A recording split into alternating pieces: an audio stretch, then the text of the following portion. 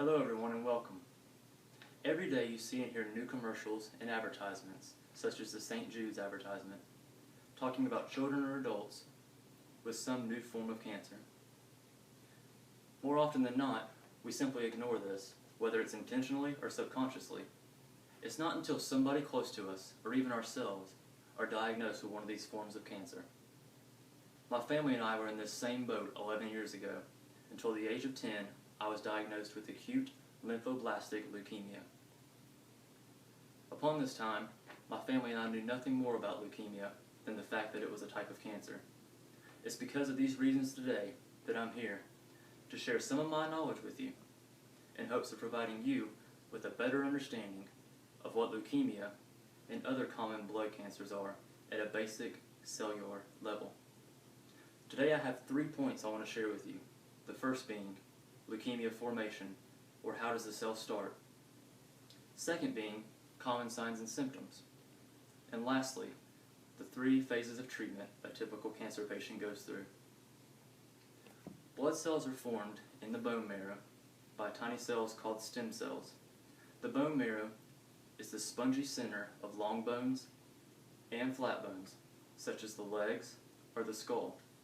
A stem cell can differentiate into one of the 3 following cells: a white blood cell, which provides the body with an immune system; red blood cells, which carry oxygen to and from important tissues in the body; and platelets, which stop bleeding if an injury were to occur inside or outside the body. Myeloid and lymphoid stem cells are where leukemia starts. An immature myeloid or lymphoid stem cell is basically the uprise of leukemia. And when this happens, these cells progress at a much faster rate than your typical body's blood cell would. Dr. Michael Janzik wrote the article Types of Blood Cancers in 2013 from the Medical Laboratory Observer. He tells us that there's 4 main categories that leukemia can be classified into based on the following 2 characteristics. Is it acute or chronic? Acute simply meaning rapid progressing, and chronic, slow progressing. Judged by how fast the cell is growing, we can divide the cell up into one of these 2 categories. Next, simply, is the cell a myeloid or lymphoid stem cell?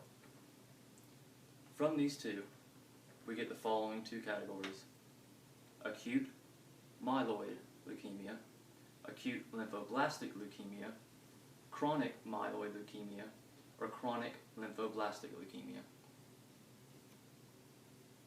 From the British Journal of Nursing, Teresa Benon, Mara Dowling, and Mary Kelly wrote the article Making Sense of a Complex Blood Cancer. In this article, they state the various signs and symptoms of leukemia and other blood cancers.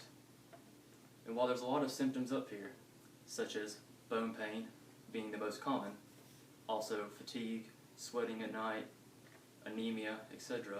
And while they seem very common symptoms, it's not until all these symptoms are combined together should rise for concern come. Lastly, I want to discuss the 3 basic treatment phases that a typical cancer patient goes through. The first being induction, or depletion of the body's immune system. We basically take out as many of the cancer cells we can in a short amount of time, which also means depleting the rest of the body's blood supply.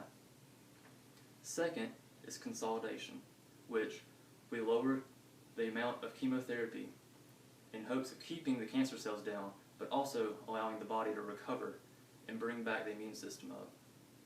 After this is done, we move on to maintenance, which is oral medicine given which keeps the cancer cells down while also strengthening the immune system back up. Thomas X, in 2012, wrote the article Emerging Treatment Approaches in Acute Lymphoblastic and Acute Myeloid Leukemias from the Blood and Lymphatic Cancer Journal. He states all 3 of these basic treatment phases. I hope after learning and gathering a better understanding of cancer at a cellular level that you walk away from here with a lot more knowledge than you did before you came. Every day, more people are diagnosed with some form of cancer, and carrying this knowledge with you just may help that person have a speedy and much more successful road to recovery. Everybody says it'll never happen to me, but the truth of reality is we never know what might happen. It's better to not be lost in space, but to know that with these very important facts, we can make it through without a problem.